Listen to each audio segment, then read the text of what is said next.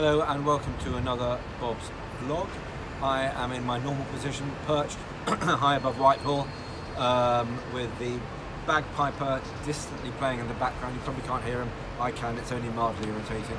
And I have got a red tie on for a change, but that don't read too much into that politically. 5 things for you this week, and I'll try to rattle through them efficiently.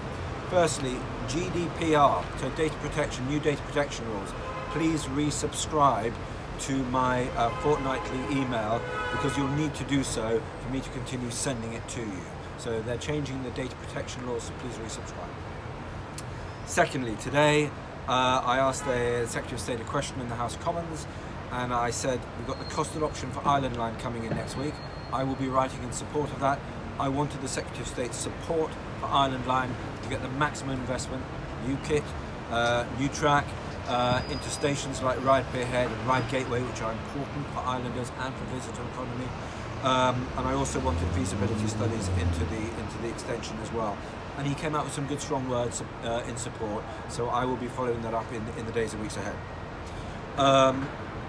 Thirdly, last Wednesday we had an islands economies debate, and that we negotiated or got via the all-party parliamentary group on UK islands that I set up as your Member of Parliament when I first arrived here almost a year ago. And that was clearly looking at the economies of islands and the special challenges that they have. Good noises from government about supporting us and recognising the fact that we're an island, and recognising that in a way that hasn't been recognised before. But again, it's warm words at the moment, and we need to translate that into tangible actions and a real deal for the island.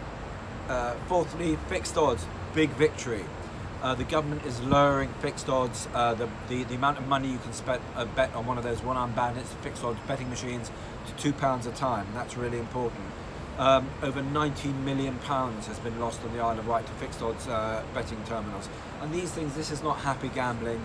This is people with a serious gambling addiction who are losing their homes, who are getting suicidal, very depressed, who are ruining their marriages because they're getting into phenomenal amounts of debt for these fixed odds machines. And I think the gambling industry has been deeply irresponsible in using these to boost their profits at a very high social cost. And I was one of those people really pushing the government to be brave on this, and they have done, and I'm very proud of the government and our excellent Minister Tracy Crouch, who's done good work.